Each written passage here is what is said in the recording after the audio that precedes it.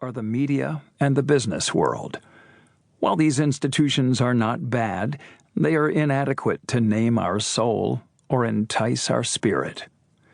We are at a serious disadvantage if we take them as the bottom line of our existence, which is ironically exactly what we call the business or economic perspective. Let's presume that there was an earlier age when people had easy and natural access to their souls and openness to transcendent spirit. I am not sure that this age ever perfectly existed, any more than the Garden of Eden, where all was naked and in harmony. But if it did, it consisted of people who were either loved very well at their center, or who suffered very much around the edges. Probably both. The path of prayer and love, and the path of suffering, seem to be the two great paths of transformation.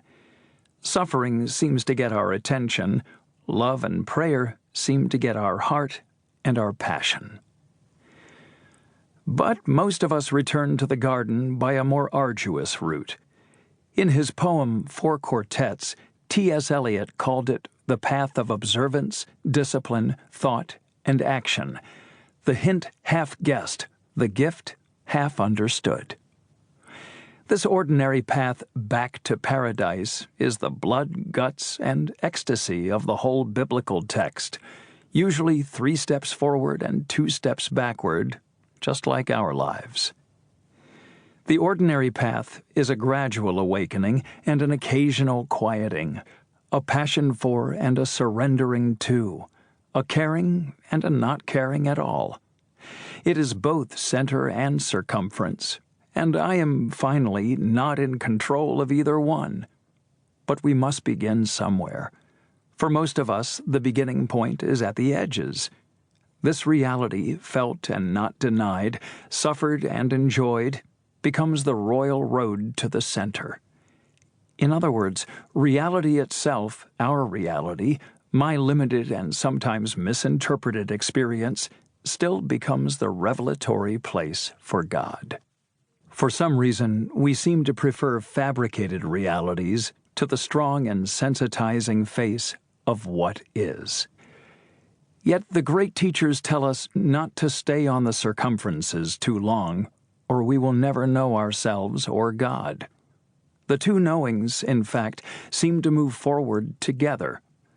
This movement might also be understood as conversion, transformation, or growth in holiness.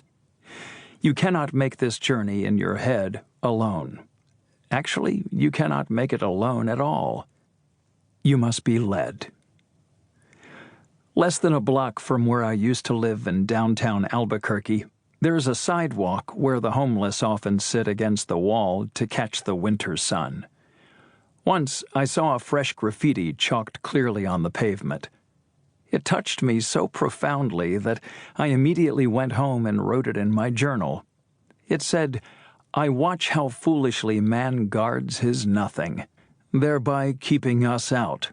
Truly, God is hated here." I can only imagine what kind of life experience enabled this person to write in such a cutting but truthful way.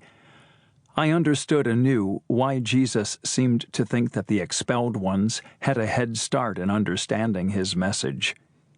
Usually they have been expelled from what was unreal anyway, the imperial systems of culture which demand in people and out people, victors and victims.